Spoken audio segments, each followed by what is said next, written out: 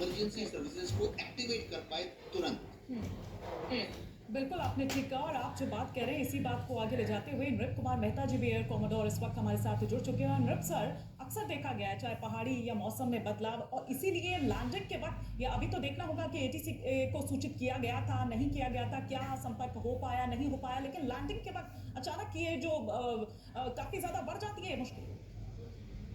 जैसे group colonel Debnath ने कहा कि अगर एयरक्राफ्ट में इंजन में भी प्रॉब्लम होती तो मेडे कॉल दिया होता। अभी तक जो इनपुट आई है उसमें मेडे कॉल तो नहीं है। और जैसे मैंने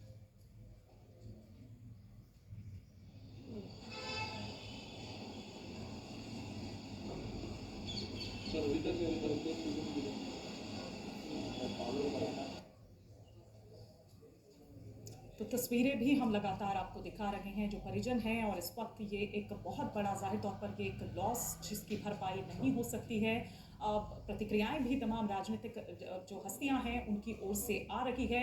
हमारे साथ एक एविएशन एक्सपर्ट्स भी बने हुए हैं, वो भी लगातार बता रहे हैं क्या इनपुट्स अभी तक निकलकर सामने आ रहे हैं और उनसे क्या अंदाज़ा लगाया जाए। एयर कॉमोडोर नृप कुमार मेहता हमारे साथ बने हुए हैं। सर, आप अपनी बात कंटिन्यू कर लीजिए, लेकिन चूंकि कुछ रिएक्शंस भी आ रहे थे तो इसलिए बीच बीच में आपको रोकना पड़ रहा है।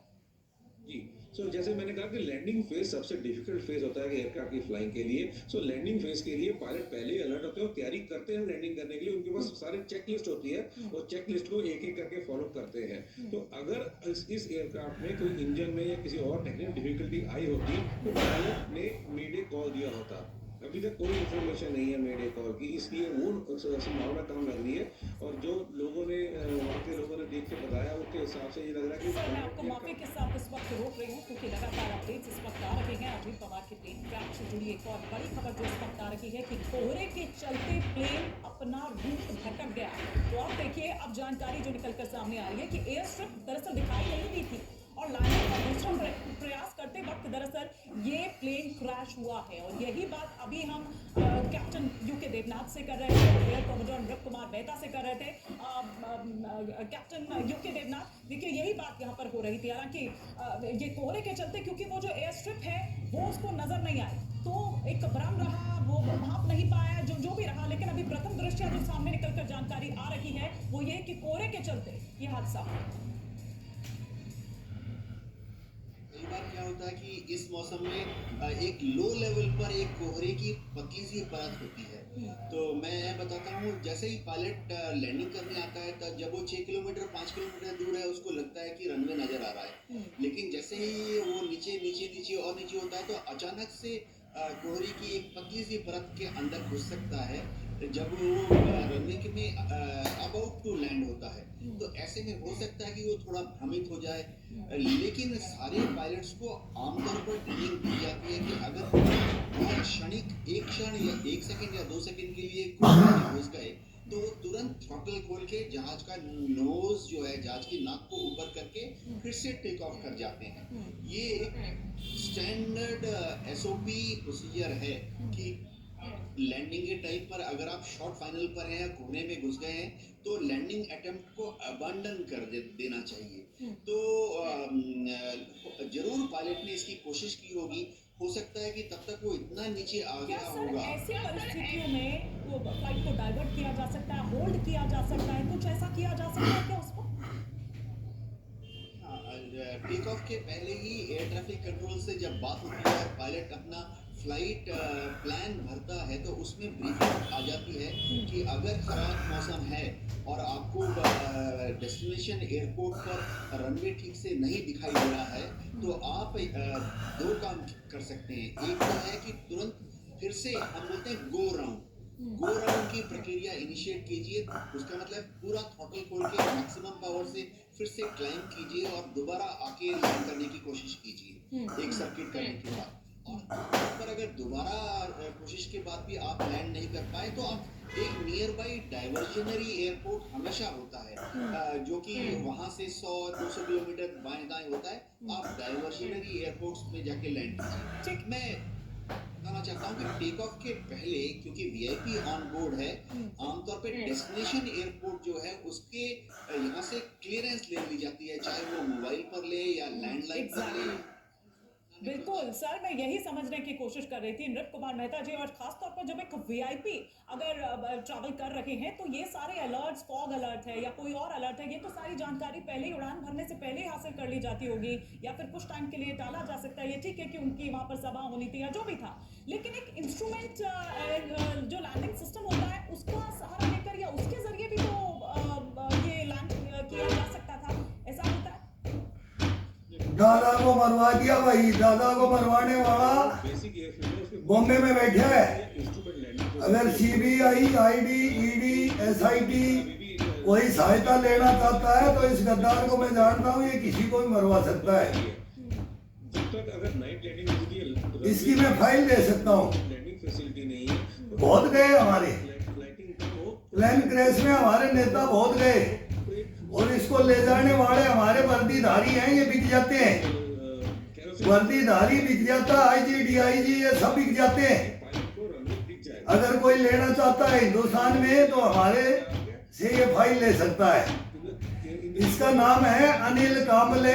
छत्तीसगढ़ के अंदर ये बिलासपुर कैंप खोला गया था, बरनी, बिलासपुर, पंडारी के अंदर ये बैठता था। इस एयरफील्ड में ये किसी का भी प्लेन गिरा सकता है, हिंदुस्तान के अंदर ये बिक जाता है।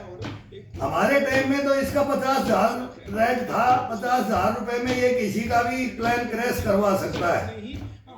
हिंदुस्तान में 50,000 में ये किसी सेना को मरवा दिया। 50,000 में यार, तुम कहा नेता अभिनेता, तुम कहा बुद्धिजीवी बात कर रहे हो। अब इसकी कोई जांच नहीं होगा, सीडीएस को ले गए, सीडीएस को ले गए, आज तक कोई जांच हुआ? संजय गांधी को ले गए, ये पायलट है, ये सारे ये बिक्री होते हैं, इसमें पायलट बिक्री नहीं हुआ होगा, ये मैं नहीं बोल सकता। लेकिन इसका टेक्नीशियन बोला 2 इंजन थे, एक बंद क्यों हो गया? अब ये अंजना कश्यप पीछे लग जाएगी इनके, रक्षा विशेषज्ञ बुला लेते हैं, इन्हीं के रैंक के तो बिक्री होते हैं, यही तो बिक्री होकर के ये मर्डर करते हैं। इनको पैसा दे दो बस, फिर बोला तेरे बीबी बच्चे तो ऐश करेंगे और तू जा काम कर। तो इनको मेडल चाहिए, ये मेडल ले लेते हैं, मार के मेडल लेते हैं, ये मर्डर करके ये मेडल लेते हैं। हिंदुस्तान अंधा है, अंधा कानून है।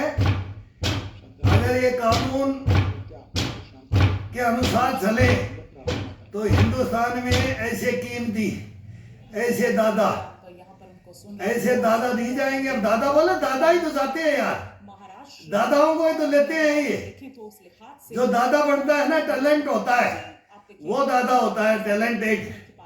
लेकिन अब वो जो टैलेंट को उजागर करने के लिए इन भ्रष्टाचारियों के चक्कर में फंसेगा, या तो खुद भ्रष्टाचारी बनेगा तो बन जाएगा, तो वो फिर उन्हीं में शामिल हो जाएगा। लेकिन इनको मारने वाले इन्हीं के अंदर है, अंदर होते हैं, बाहर नहीं। बाहर का नहीं मारेगा कभी, घर का मारता है, घर का भेदी लंगा ढाई।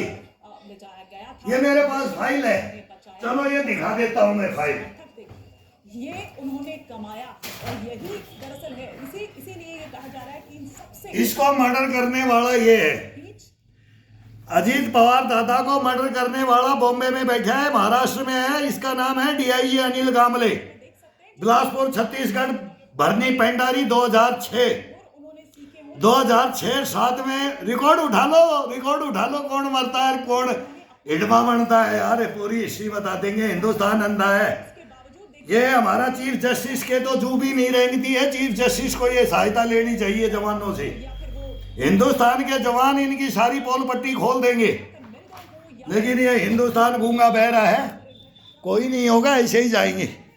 जब सेना ऐसे चली जाती है ना, सेना के जवान चले जाते हैं ना, उसको तो कोई रोने वाला नहीं है। अब देखना, पूरे हिंदुस्तान के गद्दार मीर जाफर और जयचंद आ जाएंगे स्टेटमेंट देने के लिए। ये हकीकत है ये। और हम जब बोलते हैं ना, रोक लो इसको, रोक लो, इस खरीदारी को रोक लो, ये मीर जाफर जयचंदों को रोक लो। ये हिंदुस्तान में किसी के नहीं है, ये बिके हुए हैं। इनको चाहिए, इनको मारकाट चाहिए, इनको जाति धर्म चाहिए, इनको हाईलाइट होना है, इनको मेडल लगा करके। अभी 26 जनवरी है, वहाँ इंडिया गेट में मुच्छों की अंटी लगा के बैठते हैं ये गिद्दड़, ये हिजड़े, ये नपुसंक, ये ब्रेनल्ला, ये मीर और जाफर बोलता हूँ मैं इनको, ये क्या हिंदुस्तान को क्या बनाएंगे? ये हमारी इन डायरी, हमारे फाइलें हैं हमारे पास, दे देंगे। आज़ादी से आज़ाद हुआ हिंदुस्तान तब से लेकर के हम इनकी फाइल लेकर के कब्र में सो रहे हैं। हिंदुस्तान जगाए तो हम इसको रोक सकते हैं। इस हिंदुस्तान को जगा लो, ये सोया हुआ हिंदुस्तान है, जगा लो। चीफ जस्टिस साहब, गृह मंत्री, रक्षा मंत्री, प्रधानमंत्री, राष्ट्रपति और ये विदेश मंत्री रहने से डोभाल साहब, और ये जगा लो यार, दे दो यार SIT CBI दे दो। अरे मैं देता हूँ, इन तुम नहीं पकड़ सकते, हिंदुस्तान में तुम नहीं पकड़ सकते इनको। ये बहुत बड़े हैं, ये रानी, इनको कोई नहीं बोल सकता है। रानी डकले कुछ दिखता है, नहीं बोल सकते।